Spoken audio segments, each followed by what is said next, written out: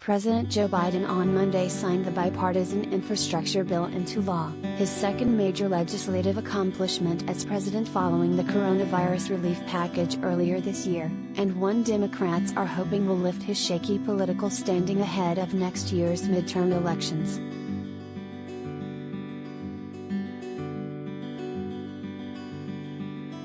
Biden hailed the bill as proof that despite the cynics, Democrats and Republicans can come together and deliver results.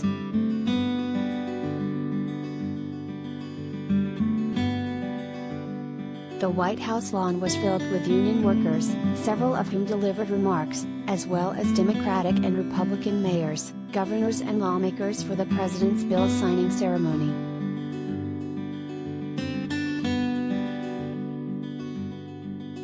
The event was also attended by several Republican lawmakers who were involved in drafting the legislation, including Senators Lisa Murkowski, Alaska, Bill Cassidy, Louisiana, Shelley Moore Capito, Virginia, and Rob Portman, Ohio, who delivered remarks.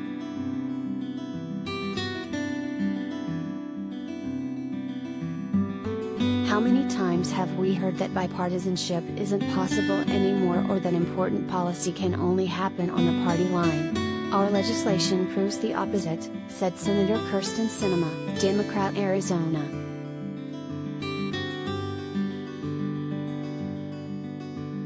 To paraphrase one of my favorite former vice presidents, it's a big effing deal, Senate Majority Leader Chuck Schumer said at the White House, calling back to Biden's 2010 remarks about the passage of the Affordable Care Act.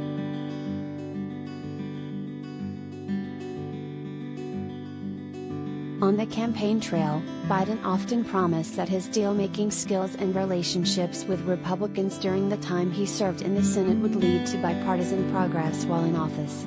On infrastructure, at least, he delivered where his predecessor, Donald Trump, could not.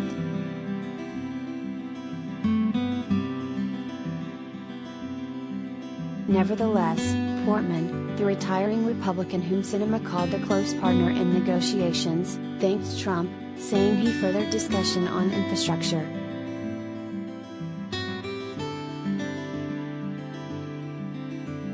The Infrastructure Investment and Jobs Act will provide $1.2 trillion in federal funding over the next 8 years aimed at overhauling the nation's roads, bridges, railways, ports, utilities, internet access and more.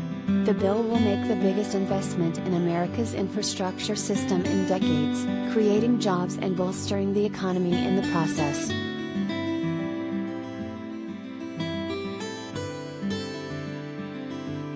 The effects of the bill won't be felt by voters right away, however.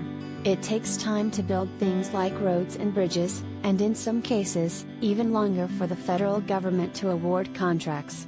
But the payoff for Democrats could continue down the line. Democratic lawmakers are already hitting the campaign trail, going after Republicans who voted against the bill.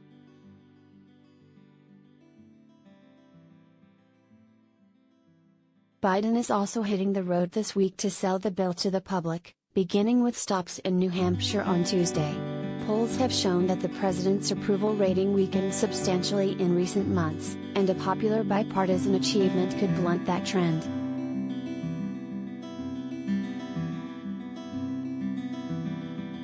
Biden, Vice President Kamala Harris, House Speaker Nancy Pelosi and Schumer made a point to emphasize that the infrastructure bill is only one part of the administration's agenda. Biden is still seeking to make law the second half of his Build Back Better agenda, the social spending and climate package.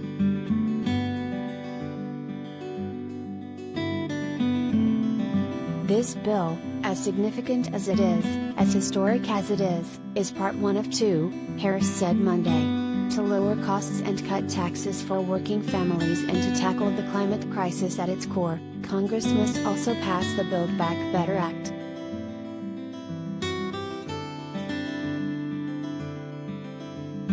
The more than $1 trillion in spending over 10 years is aimed at lowering the cost of health care, child care and other measures.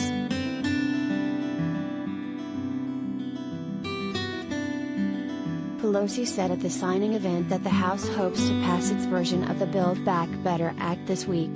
that bill isn't likely to get any GOP support, and Democrats have struggled to unify around the measure and pass it on their own.